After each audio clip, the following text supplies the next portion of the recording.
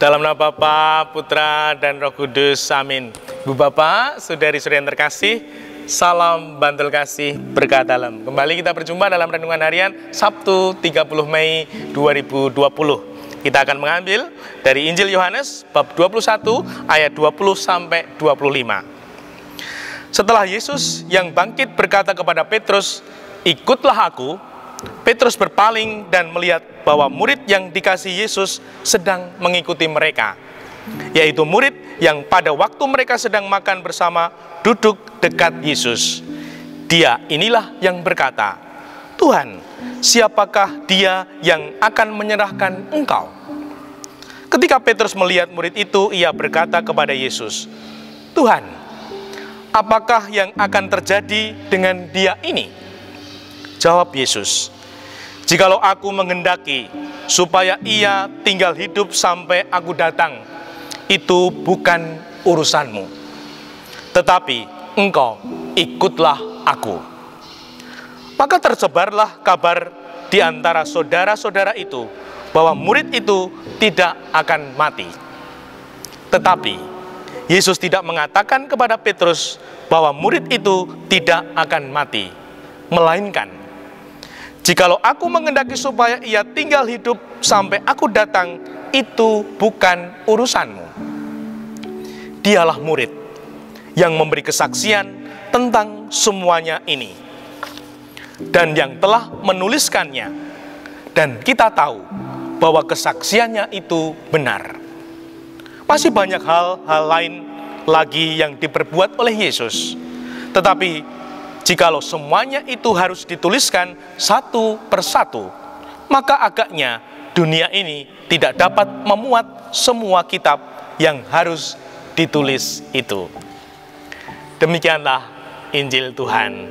Terpujilah Kristus. Saudari-saudaraku yang terkasih, murid Tuhan Yesus itu ada 12. Ada yang dikatakan murid yang dikasihi. Padahal muridnya ada 12. Yang dikatakan murid yang dikasihi 1. Kok begitu ya? Kok ada murid yang dikasihi? Terus yang 11 gimana? Nah, ternyata Yesus sungguh Allah dan Yesus sungguh manusia. Yesus sungguh-sungguh manusia. Dia seperti kita. Ada orang yang klik, serak dengan hati ini. Namun ada juga yang tidak klik. Diklik-klik, dicocok-cocokkan, enggak cocok. Nah, ternyata itulah ciri khas manusia. Itu alamiah, itu biasa. Muridnya 12, satu murid yang dikasihi.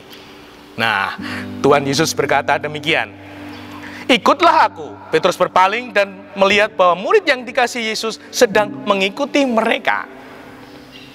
Dan kita juga harus sadar ya, sungguh-sungguh ini alamiah, ini biasa. Coba di keluarga, Bapak Ibu, kalau ada anak 3 atau 5, Ibu, Bapak jujur, pasti ada yang terkasih. Ada anak yang paling dicintai, paling disayangi.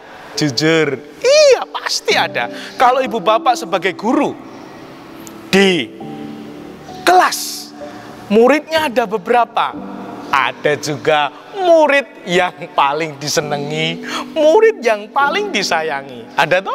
Nah, ini lumrah. Yang penting itu tidak kemudian merugikan yang lain.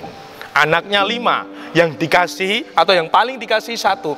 Jangan kemudian yang 4 dirugikan. Lumrah, namun semoga tidak menjadi masalah.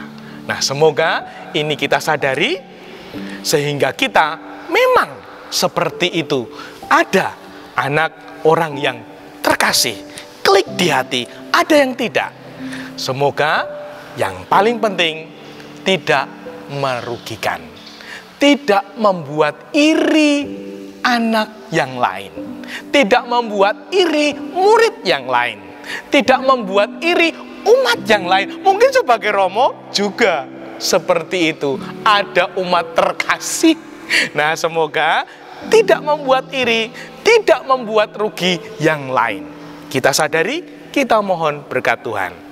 Dimuliakanlah Tuhan, kini dan sepanjang masa. Salam Bantul Kasih, berkah dalam. Nama Bapa, Putra, dan Roh Kudus. Amin.